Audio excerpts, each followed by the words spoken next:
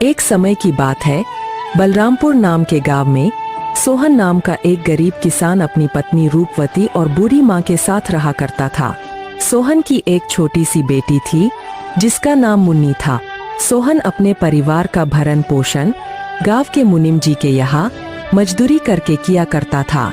सोहन का घर का गुजारा बहुत मुश्किल से हो पाता था। सोहन के पास थोड़ी सी जमीन थी जिस पर रूपवती दिन भर मेहनत करके तरह तरह के फसल उगाती और गांव के बाजार के दिन सब्जियां और फल बेचा करती थी। सारे बलरामपुर वासी रूपवती से ही सब्जियां और फल खरीदते।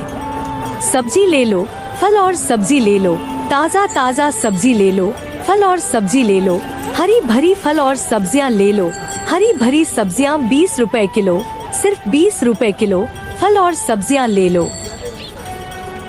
अरे रूपवती कैसी हो? घर में सब ठीक तो है ना? और मुन्नी कैसी है?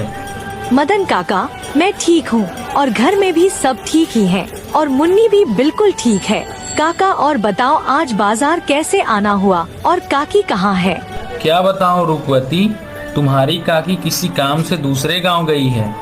इस कारण रसोइये का सारा काम मुझे ही करना पड़ रहा है। तो सोचा क्यों ना आज बाजार से सारा सामान लेते चलूं। अच्छा, तो ये बात है मदन काका।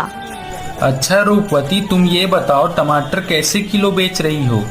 रोज की तरह 20 रुपए किलो ही बेच रही हूँ काका। अच्छा ऐसा करो रूपवती, मुझे 1 किलो टमाटर दे दो। क्यों नहीं काका, देती हूँ। इतना कहकर रूपवती मदन काका को 1 किलो टमाटर दे देती है और बदले में मदन काका से पैसे ले लेती है। रूपवती के खेत में एक पुराना कुआं भी था जो सालों भर सूखा ही रहता। उस कुएं में एक बूंद पानी भी नहीं था। इस कारण रूपवती दूसरे गांव वालों के कुएं का पानी अपने खेतों की सिंचाई और खेती के लिए इस्तेमाल करती थी। अपने कुएं से पानी लेते देखकर कुएं के मालिक हरिदास को रूपवती से बहुत जलन होती थी।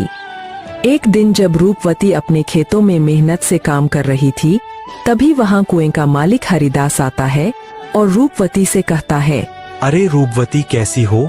खेतों का काम कैसा चल रहा है? मैं ठीक हूँ हरिदास चाचा, खेतों का काम भी ठीक ही चल रहा है। मैं यह कह रहा था रूपवती कि मैं तुम्हें बहुत सालों से अपने कुएं का पानी देता आ रहा हूँ। अब मैं तुम्हें अपने कुएं का पानी नहीं दे सकता क्योंकि गर्मियों का समय आने वाली है और मेरे कुएं में पानी बहुत कम हो गया है।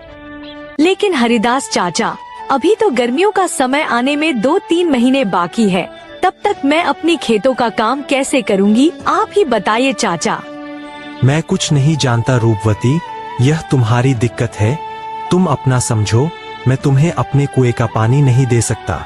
यह सुनकर रूपवती मन ही मन बहुत दुखी हो जाती है और घर जाकर अपने पति सोहन को सारी बातें बताती है।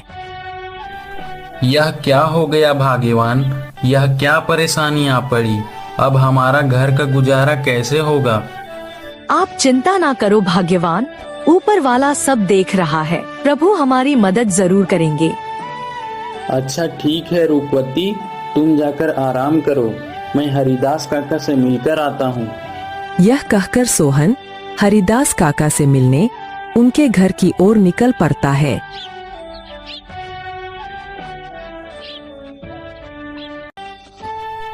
हरिदास काका, अरे ओ हरिदास काका, घर में हो कि नहीं? अरे कौन है भाई, रुको आता हूँ। अरे सोहन तुम हो? मेरे घर कैसे आना हुआ? हरिदास काका, मुझे रूपवती ने बताया कि आपने हमें कुएं का पानी देने से मना कर दिया। हाँ सोहन, यह बात सच है कि मैंने रूपवती को अपने कुएं का पानी लेने के लिए मना कर दिया। ऐसा क्या हो गया हरिदास काका? देखो सोहन, मैं तुम्हें कई सालों से अपने कुएं का पानी देता आ रहा हूँ और इस बार गर्मियों का समय आने वाली है। इस कारण मेरे कुएं का पानी बिल्कुल सूख कर कम हो गया है।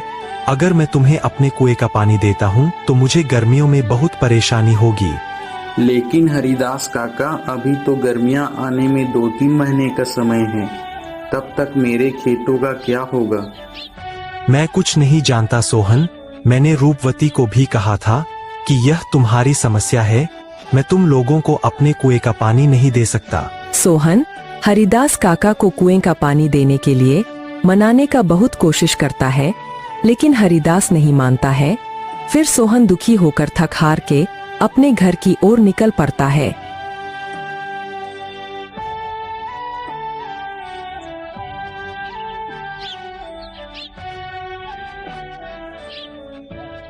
क्या हुआ? हरिदास काका ने क्या कहा? ना रूपवती, हरिदास काका ने पानी देने से मना कर दिया। कह रहे थे अगर मैं तुम्हें पानी देता हूँ तो मुझे गर्मियों में बहुत परेशानी होगी।